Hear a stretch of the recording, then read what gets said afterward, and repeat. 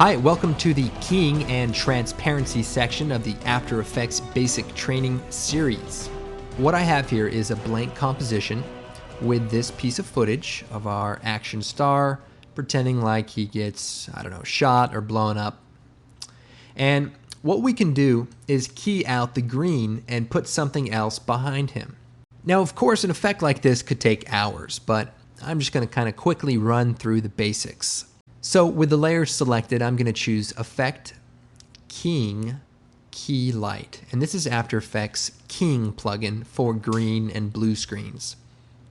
And what you do is use the screen color to click on the green.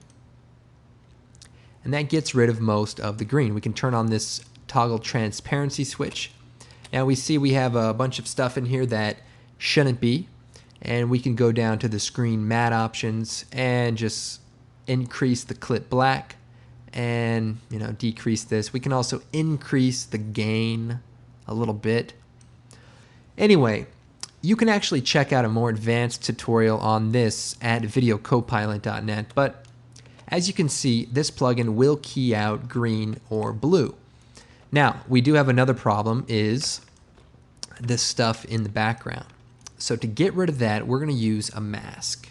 And a mask is basically a cookie cutter. So if I shut off the Key Light plugin for a second, I'm going to come up to our tool palette. I'm going to take the pen tool, and I'm just going to draw a shape.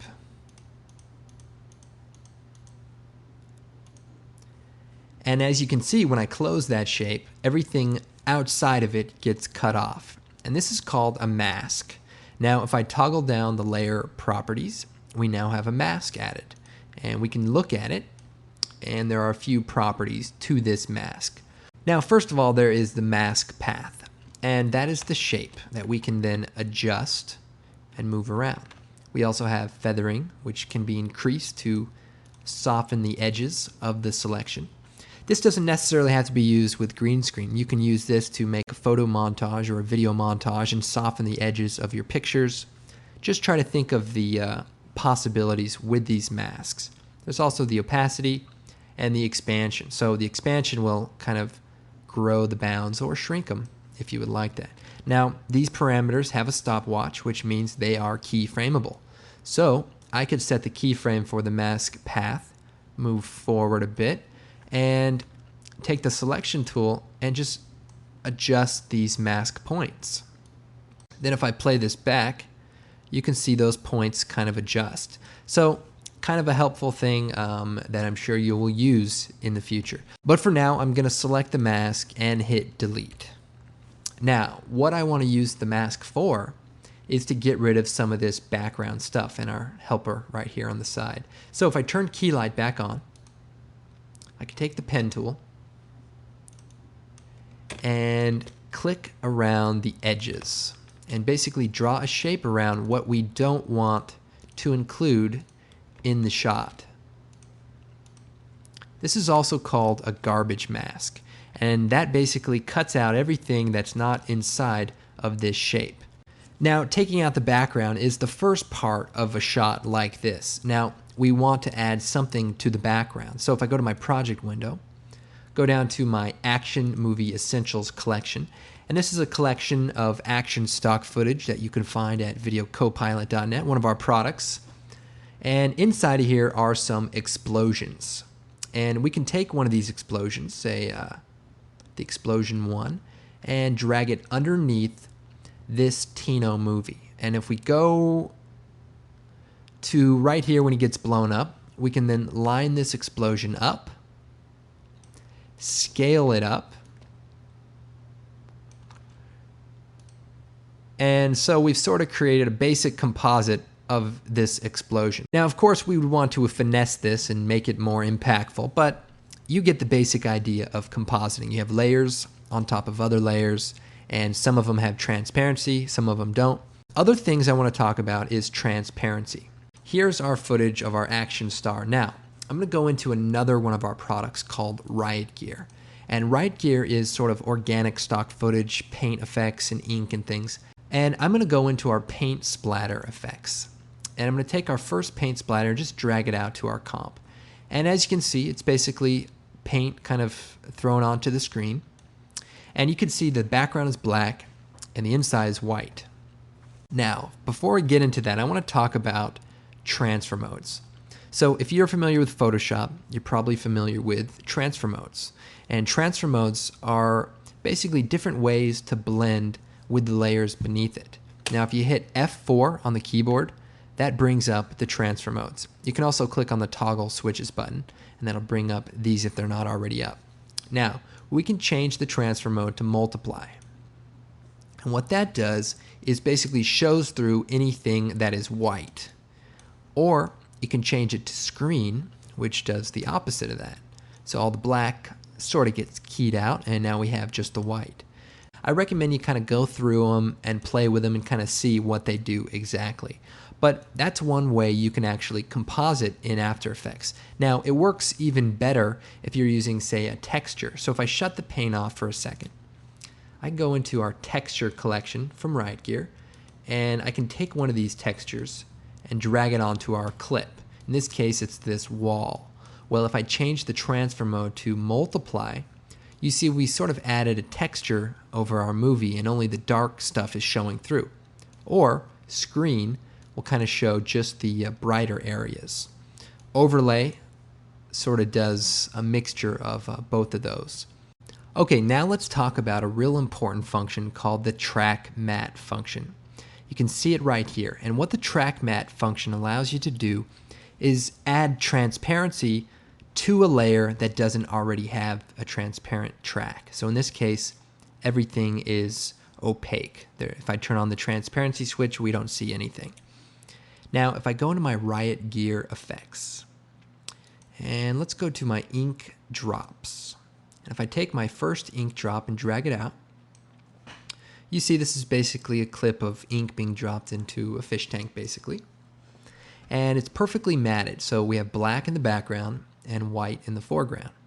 Now, what we can do with this Tino layer is set the track matte so that it uses this layer, the layer directly above it, as the transparency source. So, with the Tino layer selected, you hit F4, this brings up the track matte option. You can also toggle it like I showed you earlier. And what I can do is change the track matte from nothing to Luma Matte Drop 1. And what that does, if I turn on my transparency switch, is anything that is black is transparent and anything that is white shows through. Now, I can go into this drop layer, choose Effect, Color Correction, Curves, and I can brighten it, just blow it out really bright. See, like that? Then if I shut the layer off, you'll see that my footage beneath it shows through a lot clearer, and that's because semi-transparent stuff sort of see-through. Now, of course, I can scale this layer up as well, and that'll show through more of our character. I can also go to my Tino layer and invert the matte so that we sort of cut out everything but this layer. Now, for this shot, it's probably better if we use something else instead of this green screen footage. So I'm going to go to my images, and I'm going to replace the cloud footage with this Tino layer. Now, here's a great tip. If you select a layer in the timeline, you can replace it by grabbing something else, holding down Alt, and dropping it right on top of it. And you'll see it basically replaces it. That's a very helpful tip you're definitely going to find useful. So now you can see we've cut out the middle of this cloud layer, and we can then put footage underneath the cloud layer and kind of it shows through. So what we have is the clouds on top of this girl, and we're using this ink drop as sort of the transparency for it. Let's see, and we could sort of frame this up even so that, you know, our girl's just looking just through the ink drop, or even rotate the ink drop so that she's right in the middle of it. So something to think about. Obviously, this is speculative training and not my favorite kind of training. I don't like to be telling you how things can be used. I prefer to show you actual real-world examples and show you how this tool is used to achieve a specific effect. But with basic training, I think the idea is to get an understanding of the program and just sort of see the possibilities, not so much actually, okay, I know how to use the program now, because experience is the key. And also, while you're watching this, I recommend you think about other ways you can use these techniques. It's like, here is this filter. What other ways can you use it for? So that's definitely something you want to be thinking about. For example, I just thought of something, sort of an outside of the box thought that might come in handy. So what I'm going to do is take our Tino fall layer and drag it out again. So here's our green screen footage. And just as I did before, I'm going to key out the green. Keying, key light.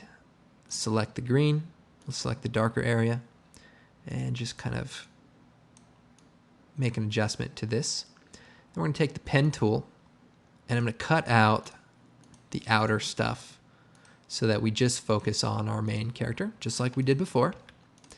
And now what I'm going to do is use his video as a track mat for our clouds. So how am I going to do that? Well, take the cloud layer and put it underneath the Tino layer. So that's what it would look like normally. And I'll just delete these other layers for right now. So he's just walking out in front of the clouds. Pretty cool. But if I take the clouds and change the track mat to alpha matte, that's going to use this layer's alpha. And now that we've applied the keying to it, it has an alpha channel. It's not a luma channel, it's an alpha channel. So if we set it to a luma channel, you see we just get the highlighted areas that come in, and the dark areas get cut out just like a normal track mat. But if you use the alpha mat or the alpha mat inverted, you can see we actually can kind of create a vignette of our character kind of walking out. And that's pretty interesting, especially if you're looking, that iPod look. You could make a new solid from the layer menu, make it black, or let's see, make it black, and make a new layer that is, purple. Put the purple layer in the background, put the black layer underneath the Tino layer, and set the black layer's track mat to alpha matte. And what that does is uses the Tino dancing around as a mat. And so now you see him doing his thing, and you sort of have that silhouette look. So that's what track mats are all about. It's all about transferring transparency from one source to another. And another final touch we could add is by creating a new black solid and choosing OK. What I can do is add a nice vignette around the edges. And what we'll do is take the ellipse tool and just draw a shape around the mask. So now we've created a circle around this black layer. Then if we subtract the mask, then we have sort of a black bounds. Then if we bring the mask properties up, I can feather the mask out. And then expand it inward or outward. In this case, we'll expand it outward. And so now we have sort of a nice soft edge around the outside of this file, and that looks pretty good. We have a little extra stuff here, and again, I'm just demonstrating things, but you can clean that up using some of the functions in the keying options. So please check out some of the more advanced tutorials at videocopilot.net. And hopefully this gives you sort of a foundation for transparency and working with keying inside of After Effects.